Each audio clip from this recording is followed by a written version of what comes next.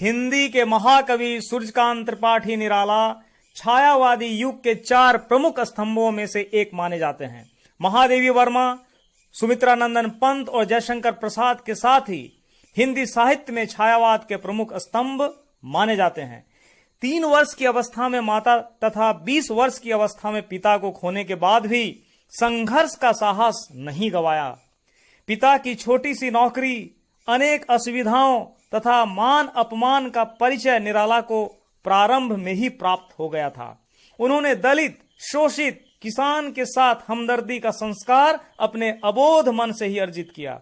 निराला के जीवन की सबसे विशेष बात यह है कि कठिन से कठिन परिस्थितियों में भी उन्होंने सिद्धांत त्याग कर समझौते का रास्ता नहीं अपनाया। इनका अधिकांश समय इलाहाबाद में ही बीता। अपने समकालीन अन्य कवियों से अलग इन्होंने कविता में कल्पना का सहारा बहुत कम लिया है और यथार्थ को प्रमुखता से चित्रित किया है।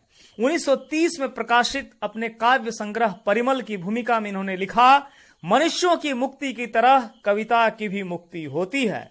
मनुष्यों की मुक्ति कर्म के बंधन से छुटकारा है और कविता की मुक्ति छंदों के शासन से अलग हो जाना।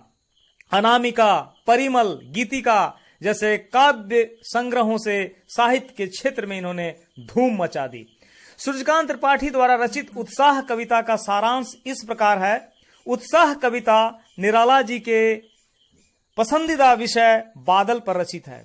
यह कविता बादल के रूप में आए 2 अलग तरह के बदलावों को दर्शाती है। इस कविता के माध्यम से निराला जी ने जीवन को एक अलग दिशा देने एवं अपना विश्वास खो चुके लोगों को प्रेरणा देने का प्रयास किया है।